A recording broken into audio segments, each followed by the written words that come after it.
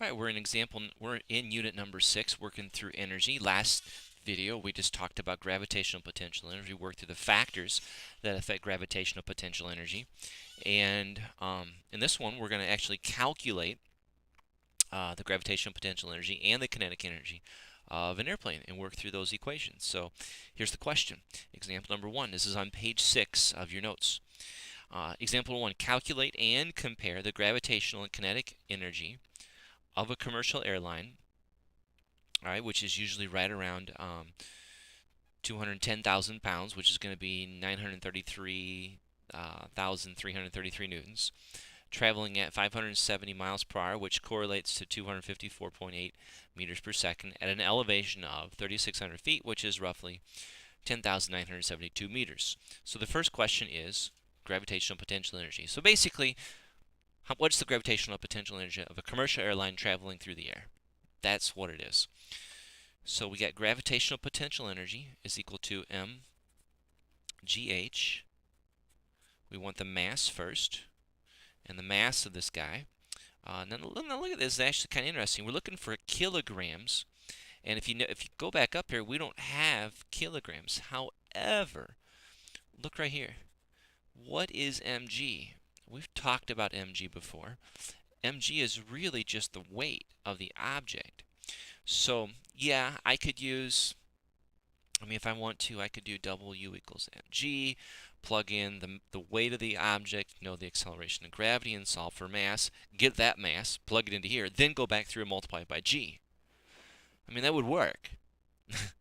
But to save myself some time, I'm just going to reach over, grab the 933,333 newtons, and multiply that times the height, which is 10,972 meters.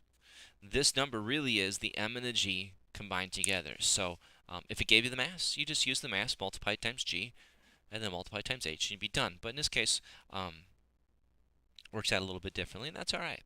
All right, so here's the calculator. So 933,333 times 10,972, and that gives us basically 1.2 times 10 to the 10th.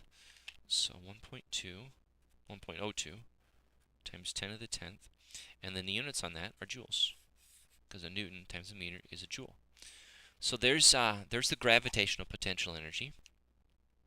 Now we're going to work through and calculate the kinetic energy. From last chapter, or from the last unit, we have the kinetic energy equation, which is going to be 1/2 mv squared. There's a half.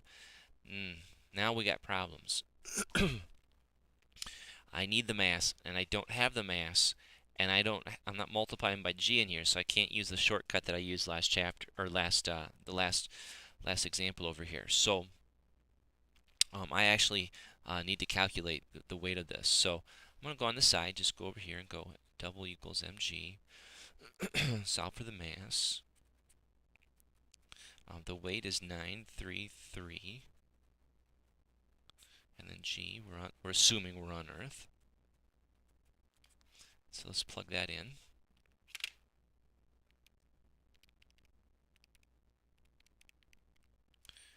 All right, so 9,523. That'll be kilograms. Now I have the mass. I'll plug it over here. So 9,523 kilograms times the speed. The speed I have right here. Here's the speed. I'm going to use meters per second. So 254.8 meters per second. Square it. And then multiply everything through. So we're going to go a half, which is 0.5, times 9,523 times 254.8, and square it, and there it is. So what does that give us? That gives us, there's 3, there's 6, 7, 8. So that's going to be 3.09 times 10 to the 8th, and kinetic energy is measured in joules. So there it is. So how much gravitational potential energy does it have? Right here. How much kinetic? Right here. Notice that there's basically 2 orders of magnitude difference in terms of the gravitational potential energy. And there it is. There's example number 1. We're going to talk about springs in the next video.